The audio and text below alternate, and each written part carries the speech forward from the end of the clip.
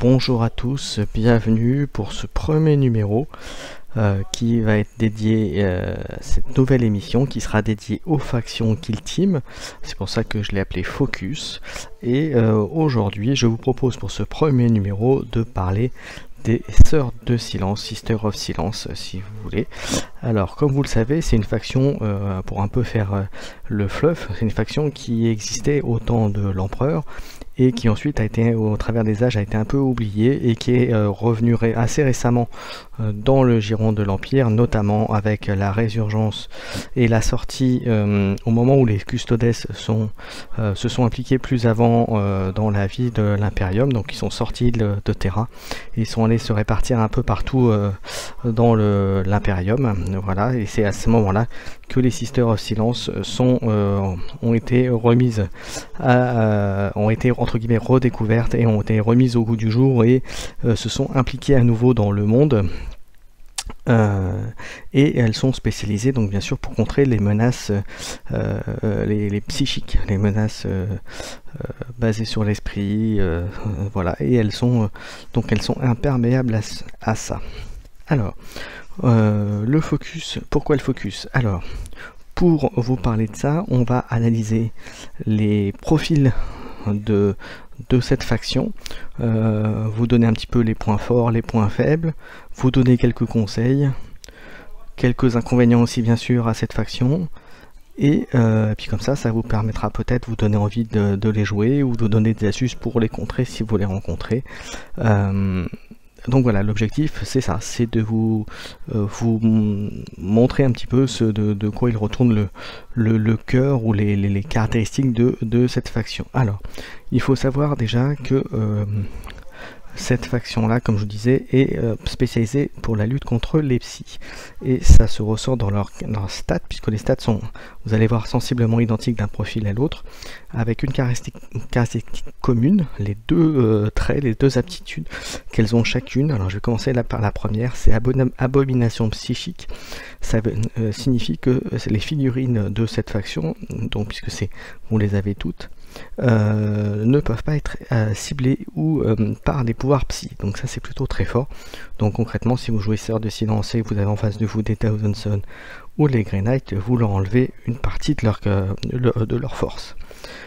Et en plus de ça, à 18 pouces d'une figurine Sœur de Silence, si quelqu'un lançait un pouvoir psy, vous enlevez 1 à leur jet de manifestation de pouvoir psy par figurine. Donc imaginez vous avez 5 figurines, et ben ça fait -5 sur le jet, donc autant dire que ça rend beaucoup plus difficile. Et l'autre chose aussi, et donc ça c'était la première aptitude, donc qui est plutôt très sympa. La deuxième, qui est commune effectivement à toutes ces figurines également, c'est chasseuse de sorciers. Alors qu'est-ce que ça fait? Et ben, ça fait que quand elle fait une attaque contre une figurine de type Seeker, donc concrètement les Grey Knights le sont tous, et les sorciers Thousand Sons le sont aussi par exemple. Et ben ça fait que lorsque vous faites une attaque contre ces sorciers, vous pouvez relancer le jet de blessure. Donc c'est plutôt très très fort. Voilà. Donc voilà pour les traits communs. Ensuite, les profils de la bande. Vous en avez 3. Le premier profil, c'est le Witch Seeker. Alors, qu'est-ce qu'il est caractéristique? Donc le Witch Seeker, vous avez deux profils on va dire à l'intérieur de ce Witch Seeker. Vous avez le Witch Seeker classique et vous avez le Witch Seeker supérieur, donc l'équivalent du chef de la catégorie. Et comme il dit, vous pouvez en avoir un par kill team. Alors la spécificité en termes de stats rapidement, donc il y a un mouvement de 7, donc c'est plutôt pas mal. Vous voyez, par un titre de comparaison, les Space Marines c'est 6, vous voyez, mais ils sont un peu plus imposants, ils sont des grosses armures. Capacité de combat corps à corps 3+, le tir 3+, force 3, endurance 3, PV 1. Bon, ça c'est un peu les faiblesses de toutes ces unités un peu particulières, hein. C'est souvent les points de vie qui sont assez bas. Donc là, 1 point de vie, 2 attaques pour le Witchseeker classique, 3 pour le Witchseeker supérieur, commandement 8 et 9 pour le supérieur, normal c'est un commandant, sauvegarde 3+, et voilà, donc ça c'est les stats classiques, donc c'est plutôt de bonnes stats, malgré le 1 seul point de vie, 3 plus de sauvegarde c'est plutôt pas mal, 2 ou 3 attaques c'est plutôt bien, 3 plus pour les compétences c'est bien aussi, 7 de mouvement c'est plutôt très bien aussi. Voilà, c'est des stats qui sont quand même plutôt sympathiques. Alors, ces Witchseekers, qu'est-ce qu'ils ont comme spécialité? Spécialité d'armes, ils ont, c'est surtout qu'ils sont équipés de lance-flammes et de grenades anti-psy. Donc le lance-flamme, comme vous savez, les stats du lance-flamme, c'est portée 8, assaut D6, force 4 et une blessure, et ça touche automatiquement. Donc clairement, des unités qui sont destinées à aller plutôt vers le contact, ou en tout cas de se protéger des factions qui seront plutôt type horde. Je prends un exemple classique, hein, orc, qu'est-ce qu'il y a d'autre encore, un petit peu peut-être les démons, Space Marine du chaos, voilà, il y en a d'autres, hein, j'en oublie certainement, mais voilà, disons que voilà, contre des unités qui ont une faction qui aura tendance à aller au corps à corps, c'est plutôt pas mal. Donc voilà, et en termes de points, pour être complet, les Witchseekers c'est 10 ou 11 points pour le supérieur. Donc vous voyez, ça coûte pas ultra cher. C'est plutôt sympa, c'est plutôt pas mal. Ça c'est le premier profil. Le deuxième profil c'est le Vigilator. Le Vigilator, pareil, vous avez la version classique et la version Vigilator supérieur. En termes de stats, c'est la même chose que les Witchseekers. Donc 7 de mouvement, combat corps à corps 3+, combat de tir 3+, force 3, endurance 3, PV 1, attaque 2 ou 3 si c'est le supérieur, commandement 8 ou 9 et 3 plus de sauvegarde. Donc là pareil, même avis sur des stats, c'est plutôt des bonnes stats. Et la particularité c'est que cette unité là, elle sera équipée d'un espadon d'exécutrice et de grenades anti-psy. Voilà. Donc voilà, et l'espadon, pour vous donner les stats exactes, c'est mêlée, force plus 2, PA, que je vous dise pas de bêtises, moins 3, et D3 dommages. Donc clairement une unité de corps à corps. Voilà, avec le 7 de mouvement, ça veut dire que vous pouvez avancer un peu plus vite que des Space Marines.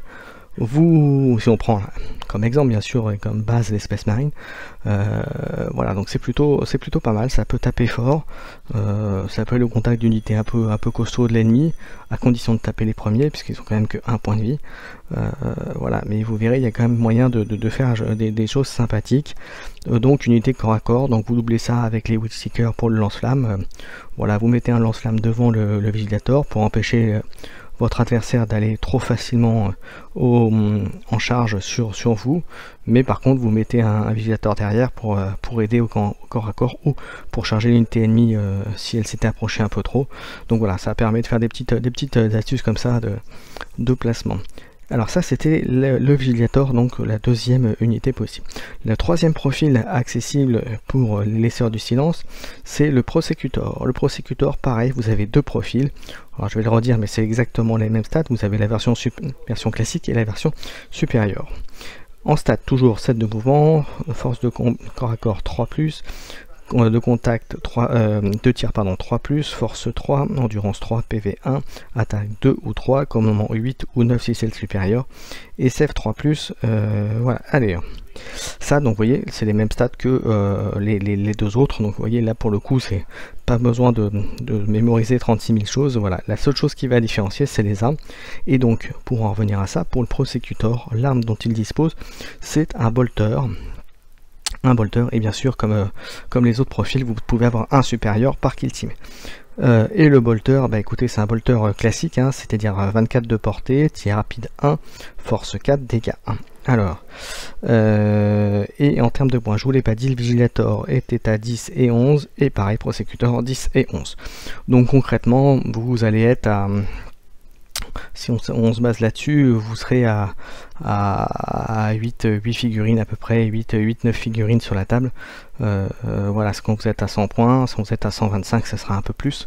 Mais voilà, le tout c'est de trouver un bon équilibre entre les équipes, et puis surtout vous adapter surtout à l'ennemi que vous allez avoir en face. C'est surtout la composition de votre équipe va être ultra importante en fonction de voilà, si c'est beaucoup quelqu'un qui sera beaucoup à distance, il ne faudra pas hésiter à utiliser le lance-flamme et le prosecutor, avec un ou deux Witchseeker quand même pour compléter.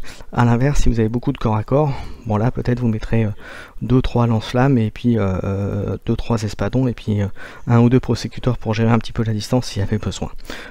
Alors pourquoi? Parce que en plus de ces profils là, comme vous le savez, il y a des tactiques qui sont accessibles.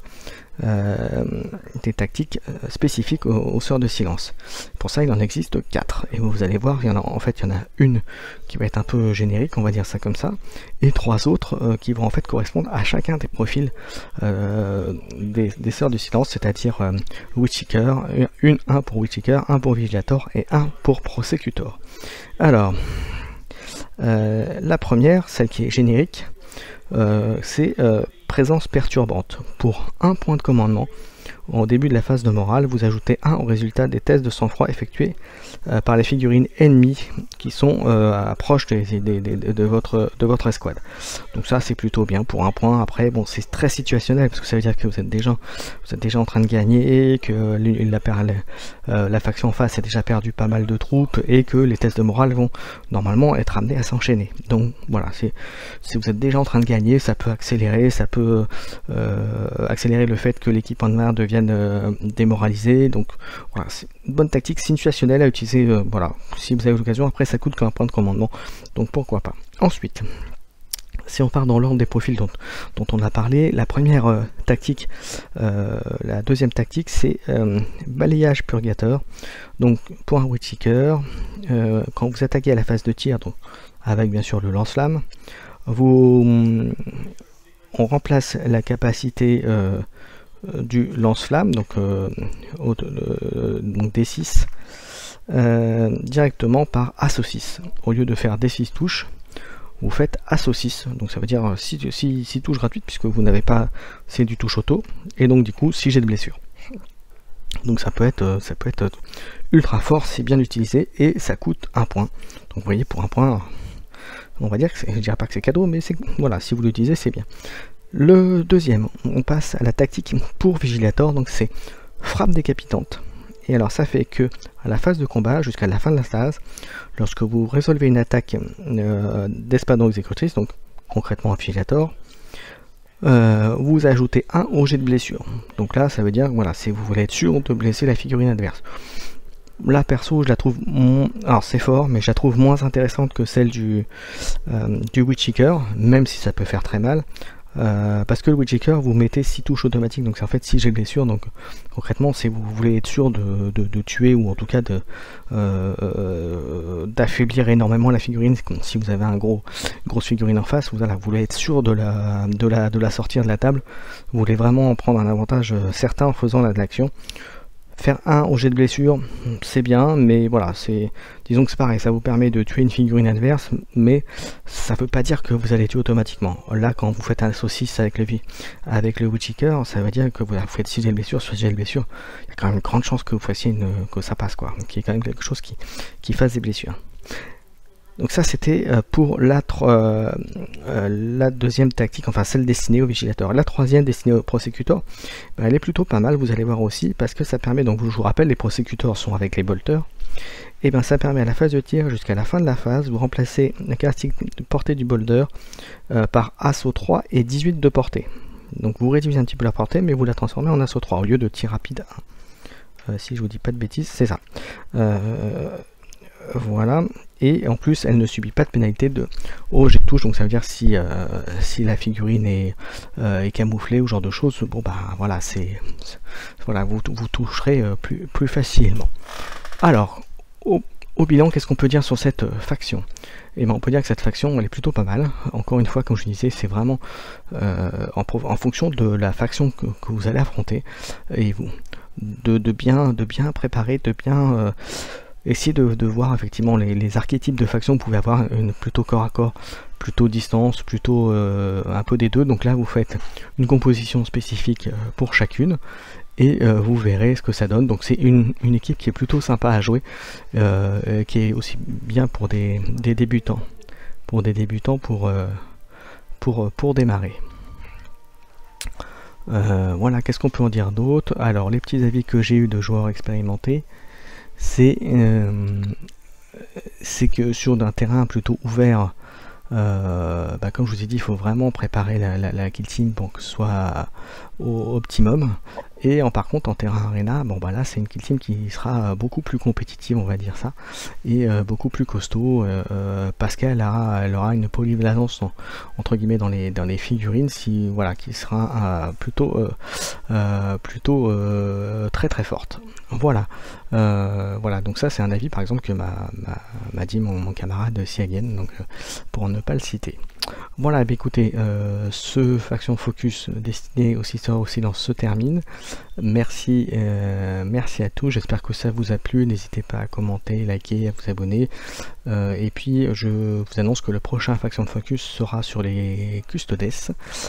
Donc si vous avez des commentaires sur la faction, n'hésitez pas à le mettre aussi également en commentaire. Je m'en servirai et je prendrai vos avis lorsque je ferai ce Faction Focus. Voilà, merci à tous.